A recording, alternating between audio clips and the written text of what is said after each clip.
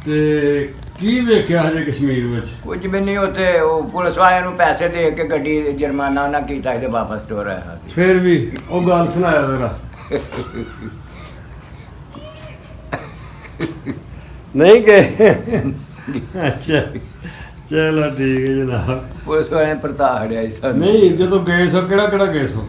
ਮੈਂ ਤੇ ਸੁਫਿਆਨ ਗਏ ਹਾਂ। ਅੱਛਾ। ਤੇ ਉਹ ਆਜ਼ਾਦ ਕਸ਼ਮੀਰ ਦੇ ਜਦੋਂ ਨੇੜੇ ਲੱਗੇ ਨਾ, ਅਸੀਂ ਬਾਰਡਰ ਲੱਗਿਆ, ਬਾਰਡਰ ਟੱਪ ਜਾਣ ਤੇ ਕਿਸੇ ਬੰਦੇ ਨੂੰ ਪੁੱਛਿਆ ਵੀ ਆ ਕਿਹੜੀ ਜਗ੍ਹਾ ਹੈ? ਅੱਛਾ। ਉਹਨੇ ਆਖਿਆ ਥੋੜਾ ਜਿਹਾ ਅੱਗੇ ਹੋ, ਤੁਹਾਨੂੰ ਆਪੇ ਹੀ ਦੱਸ ਦਿੰਦੇ ਨੇ ਕਿਹੜੀ ਜਗ੍ਹਾ ਹੈ। ਤੁਸੀਂ ਤੇ ਆਜ਼ਾਦ ਕਸ਼ਮੀਰ 'ਚ ਵੜਨ ਲੱਗੇ ਹੋ, ਸਹੀ, ਬਾਰਡਰ ਬਾਰਡਰ ਕਲਾਸ ਕਰਨ ਲੱਗੇ ਹੋ। ਤੇ ਕੰਮ ਕੀ ਪੈ ਗਿਆ ਸੀ ਉੱਧਰ? ਕੰਮ ਇੰਜ ਦਰਬਾਰ ਤੇ ਵੇਖਣ ਚੱਲੇ ਹਾਂ। ਅੱਛਾ, ਉੱਥੇ ਅੱਛਾ। ਦਰਬਾਰ ਸੀ ਇੱਕ, ਸਲਾਮ ਕਰਨ ਵਾਸਤੇ ਵੀ ਚਲੋ ਦਰਬਾਰ ਦਾ ਜ਼ਿਆਰਤ ਕਰਨੇ ਆ। ਸਹੀ, ਚਲੋ ਠੀਕ ਹੋ ਗਿਆ। ਕੋਈ ਅੱਛਾ, ਸਲਾਮ ਅਲੈਕੁਮ।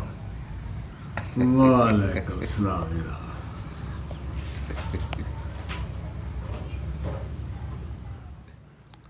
ਬਾਬਾ ਜੀ ਕੀ ਹਾਲ ਹੈ? ਮਾਲਕ ਦਾ ਕਰਮ ਹੈ। ਅੱਛਾ ਬਾਬਾ ਜੀ, ਇੱਕ ਦਫਾ ਨਾ ਕਦੇ ਪੁਰਾਣਾ ਜ਼ਮਾਨਾ ਹੁੰਦਾ ਸੀ ਜੀ ਤੇ ਉਸ ਜ਼ਮਾਨੇ ਵਿੱਚ ਨਾ ਰੇਡੀਓ ਸੁਣੀਦਾ ਸੀ। ਜੀ ਰੇਡੀਓ ਦਾ ਇੱਕ ਬੜਾ ਦੌਰ ਰਿਹਾ, ਜੀ ਬਲਕਿ ਰੇਡੀਓ ਦਾ ਰਾਜ ਰਿਹਾ। ਖਬਰਾਂ ਸੁਣਨ ਵਾਲੇ ਜ਼ਿਆਦਾਤਰ ਨਾ BBC ਲੰਦਨ ਦਾ ਜ਼ੌਕ ਕਰਦੇ ਸਨ ਤੇ ਰੇਡੀਓ ਵੀ ਉਦੋਂ ਬੜੇ ਬੜੇ ਅਜੀਬ ਤੇ ਬੜੇ ਬੜੇ ਵਧੀਆ ਹੁੰਦੇ ਸਨ। ਇੱਕ 250 ਦਾ ਨਗਮਾ ਦਾ ਰੇਡੀਓ, ਇੱਕ ਬੈਂਡ ਤੋਂ ਲੈ ਕੇ ਤੇ 10 ਬੈਂਡ ਤੱਕ ਵੀ ਰੇਡੀਓ ਅਸਾਂ ਵੇਖੇ ਵੀ ਨੇ ਤੇ ਵਰਤੇ ਵੀ ਨੇ। ਤੋ ਖਬਰਾਂ ਵਾਲੇ BBC ਲੰਦਨ ਸੁਣਦੇ ਹੁੰਦੇ ਸਨ, ਹਾਂਜੀ, ਬੜੇ ਜ਼ੌਕ ਨਾਲ। ਤੋ ਲੰਦਨ ਵਾਲੇ ਵੀ ਰੇਡੀਓ ਕੋਲੋਂ, ਜਿਸ ਤਰ੍ਹਾਂ ਅੱਜ ਕੱਲ੍ਹ ਮੁਲਕਾਂ ਦੇ ਵਿੱਚ ਪ੍ਰਾਪੋਗੰਡਾ ਹੋ ਰਿਹਾ, ਅੱਜ ਕੱਲ੍ਹ ਤੇ ਡਾਲਰ ਦੇ ਸਿਰ 'ਤੇ ਕਰਦੇ ਨੇ ਨਾ, ਉਦੋਂ ਰੇਡੀਓ ਦੇ ਸਿਰ 'ਤੇ ਪ੍ਰਾਪੋਗੰਡਾ ਹੁੰਦਾ ਸੀ ਸਾਰਾ। ਬਈ ਕਿਸੇ ਦੂਸਰੇ ਮੁਲਕ ਦੇ ਅੰਦਰੂਨੀ ਹਾਲਾਤ ਨੂੰ ਜਾਣਨਾ, ਉਹਨਾਂ 'ਤੇ ਹਮਲਾ ਕਿਸ ਤਰ੍ਹਾਂ ਕਰਨਾ ਹੈ, ਕਬਜ਼ਾ ਕਿਸ ਤਰ੍ਹਾਂ ਕਰਨਾ ਹੈ, ਆਪਣੀ ਗੱਲ ਕਿਵੇਂ ਬਣਾਉਣੀ ਹੈ, ਫਾਇਦੇ ਕਿਵੇਂ ਹਾਸਲ ਕਰਨੇ ਨੇ, ਉਹ ਸਾਰਾ ਸਿਸਟਮ ਚੱਲਦਾ ਸੀ।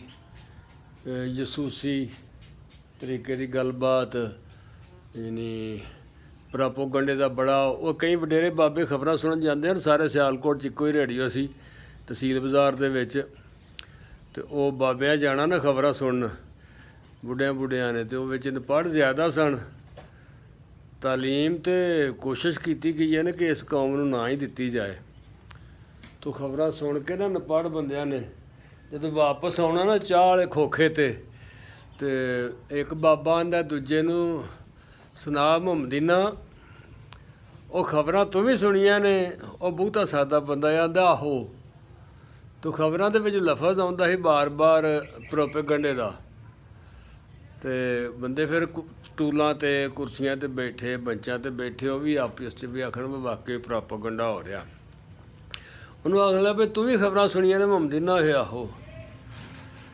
ਤੋ ਮੁਹੰਮਦੀਨ ਅੱਗੋਂ ਆਂਦਾ ਮੈਂ ਖਬਰਾਂ ਸੁਣੀਆਂ ਨੇ। ਕੀ ਸੁਣੀਆਂ ਨਹੀਂ? ਆਂਦਾ ਉਹ ਸਾਰੇ ਪਰਾਠਾ ਗੰਢਾ ਕਰਦੇ ਸਨ। ਆ ਪੰਜਾਬ ਦੇ ਵਿੱਚ ਜਿਹੜਾ ਖਾਣਾ ਖਾਧਾ ਜਾਂਦਾ ਨਾ